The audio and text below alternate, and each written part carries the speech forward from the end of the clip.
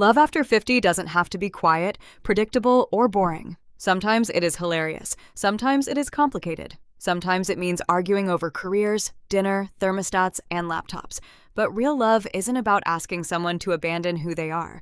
It's about creating a life where both people can finally become more of themselves. Amara didn't need May to choose between love and her career.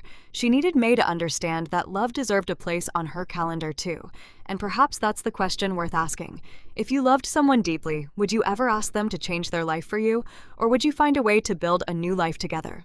Tell me your answer in the comments. And if this story touched your heart, like, subscribe, and share for more mature love stories about women who discover that it's never too late to fall in love. 1 year after May retired, Amara surprised her with a small anniversary celebration.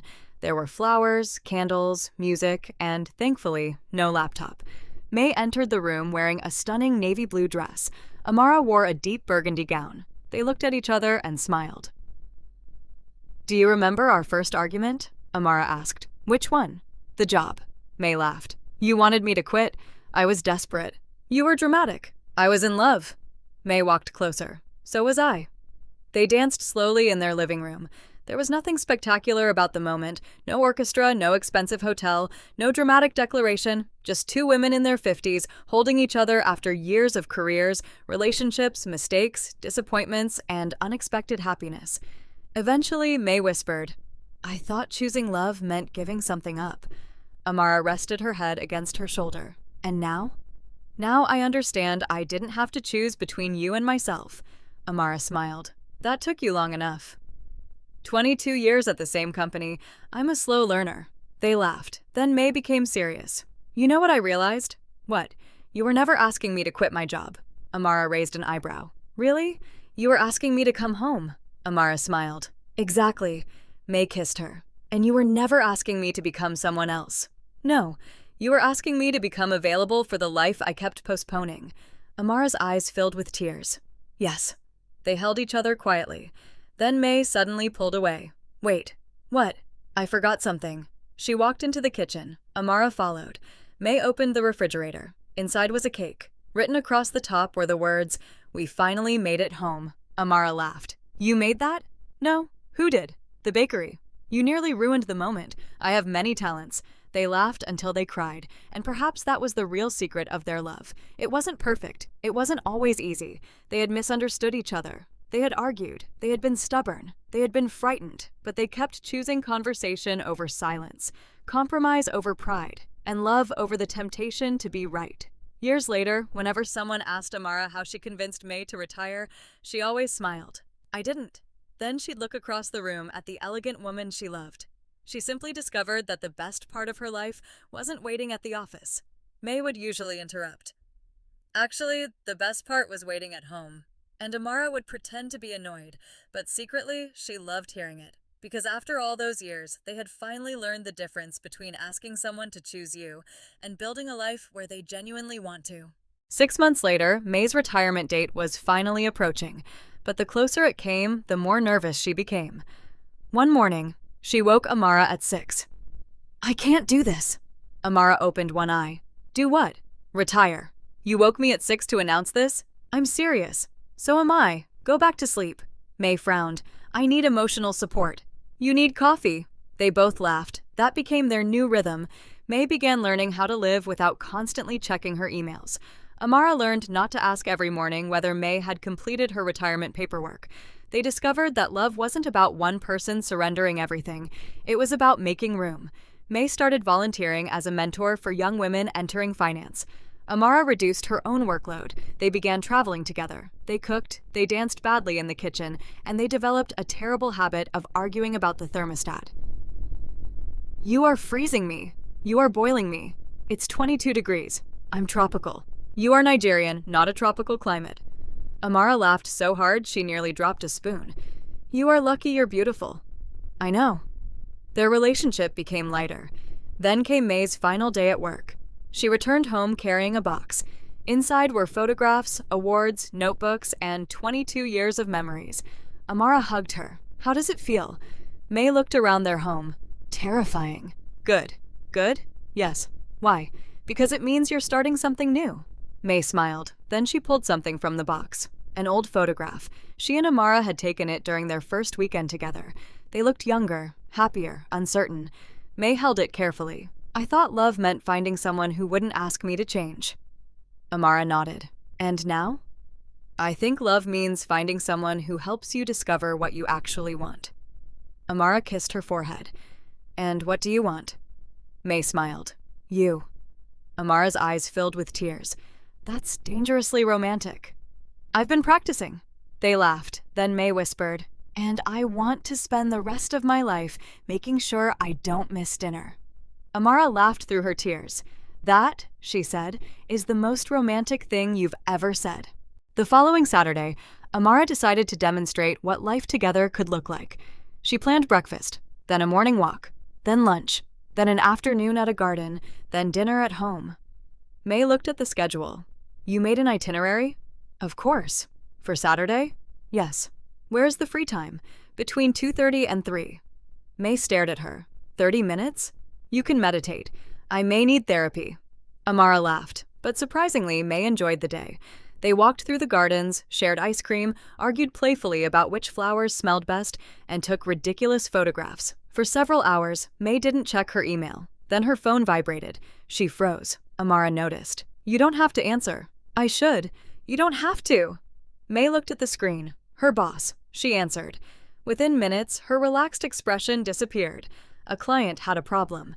May stood up. I need to go. Amara's smile faded. Today, it's urgent. You always say that. Because it is. May. What? Do you ever hear yourself? May became defensive. And do you ever hear yourself? You keep asking me to quit as though my career is some bad habit. Amara went silent. The argument that followed wasn't dramatic.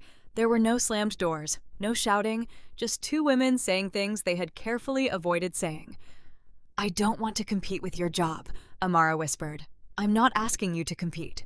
It feels like I am losing.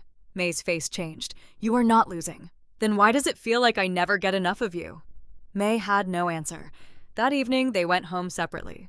For the first time since falling in love, neither woman sent a goodnight message. The next morning, Amara woke up angry. May woke up heartbroken. Neither knew how to fix it.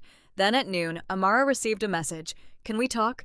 She stared at the screen for nearly a minute, then replied, yes. When they met, May wasn't carrying her laptop. Instead, she carried a small envelope. I made a decision, she said. Amara's heart raced. You're quitting? May smiled sadly. No. Amara looked away. May opened the envelope. I'm retiring early. Amara looked back at her. What? I've been thinking about it for months. And you never told me? I was afraid. Of what? May took her hand. Of discovering that after all these years, I don't know what comes next. And for the first time, Amara realized something important. May wasn't choosing her career over love. She was afraid of losing herself. 3 weeks later, Amara decided she needed to be brave. They were sitting in a beautiful little restaurant after dinner when Amara reached across the table and took May's hand. Quit your job. May nearly choked on her water. What? Quit. My job? No, the restaurant. May stared at her. Amara smiled. Your job. May put down her glass. Are you serious? Completely. May leaned back. Amara, I've worked there for 22 years. I know. I have responsibilities. I know. I have a pension. I know.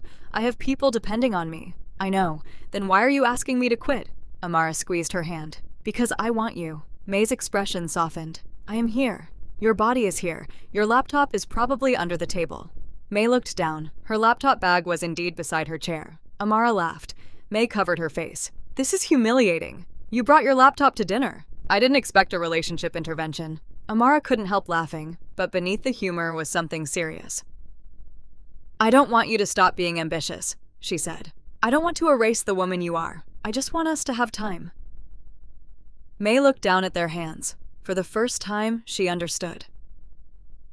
Amara wasn't demanding obedience. She was asking for a future, and that frightened May more than any business presentation ever had, because work was predictable. Love wasn't. At work, May knew exactly what success looked like.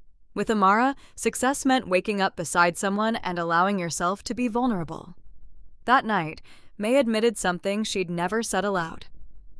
I don't know who I am without my career. Amara's eyes softened.